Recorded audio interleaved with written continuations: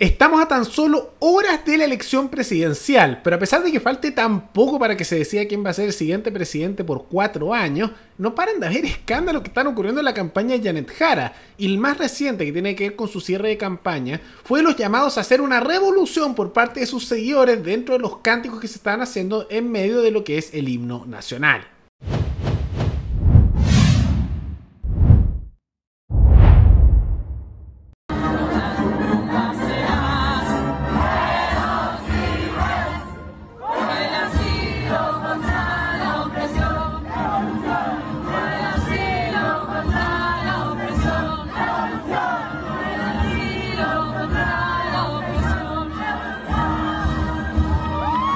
Ahora, esta no es la primera vez que a Jara se le generan complicaciones como consecuencia de los gritos de sus seguidores, en particular porque esto ya ocurrió antes. Recordemos que en su cierre de campaña de la primera vuelta, sus seguidores hacían cánticos en contra de Carabineros, en contra de Matei, en contra de Kaiser y en contra del mismo Kast, que le generaron muchos problemas en su momento.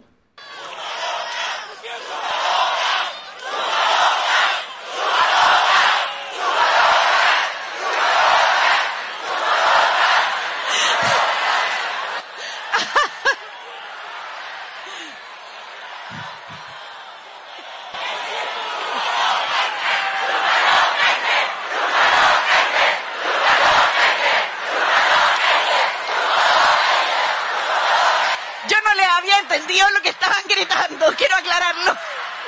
Y ahora nuevamente está ocurriendo lo mismo, le está afectando. En muchos casos pasa que a las candidaturas de izquierda, especialmente desde lo que ha sido la prueba contra el rechazo y ahí en adelante, han estado constantemente con problemas, constantemente sus mismos seguidores le hacen anticampaña porque generan mucho anticuerpo con lo que dicen. Y esto es simplemente el caso más reciente, y ahora es de lo que es la elección presidencial, ¿no? Además, Jara no salió a condenarlo. Entonces empiezan esos llamados a revolución. ¿Qué tipo de revolución? Bueno, en muchos casos hay ciertos temores, y esto lo han advertido distintas figuras mediáticas y periodistas como Astorga, de que sea revolución que algo violento para intentar nuevamente hacer protestas y derrocar a un gobierno cuando no es de su sector.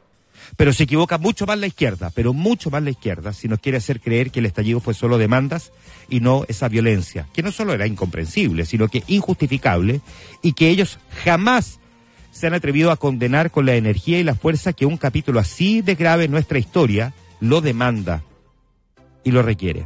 El estallido fue expresión de malestar, con esas pacíficas protestas de chilenos demandando esa justicia social, pero también fue expresión de una violencia desatada y avalada por los políticos de izquierda que veían en ese caos una oportunidad para llegar al poder.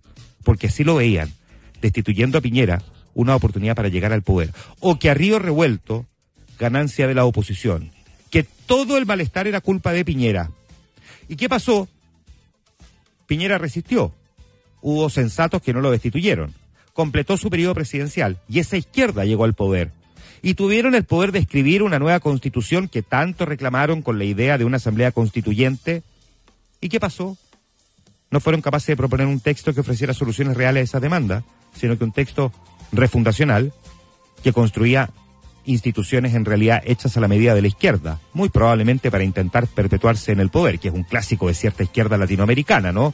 Eliminando prácticamente el Senado, restándole todo poder, potenciando el de la Cámara de Diputados, que históricamente en Chile siempre ha estado más en manos de la izquierda, restándole poder presidencial al presidente, en fin. Bueno, la gente le dijo no a esa propuesta, ya sabemos.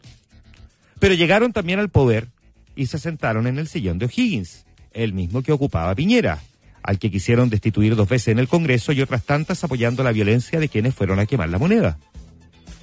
¿Y qué pasó después de sentarse en ese sillón que antes ocupó Piñera? ¿Qué hicieron? ¿Terminaron con las demandas sociales estando en el poder? No. ¿Van a seguir culpando a la derecha? Nunca olviden esto. Si las protestas vuelven a las calles en un eventual gobierno de derecha, eso nos va a decir solamente 2 cosas. O quizás nos va a decir más, pero principalmente nos dirá 2 cosas. Que esas protestas son digitadas y orquestadas por la izquierda. Y segundo, que ya no pueden culpar a la derecha de las demandas sociales insatisfechas o no resueltas, porque la izquierda gobernó 4 años y tuvo en sus manos el proceso constitucional. Prometió y no solo no cumplió, sino que en algunos casos retrocedió. Tenemos más desempleo hoy que el que recibió el presidente Boric cuando llegó al poder.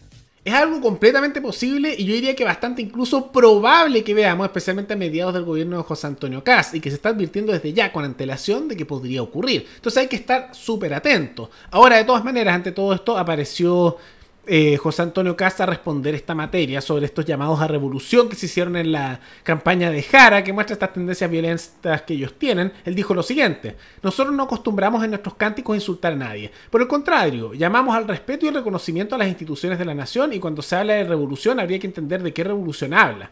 Si es una revolución violenta o es una revolución de un cambio real como el que nosotros planteamos, eso también es una revolución, pero es una revolución positiva.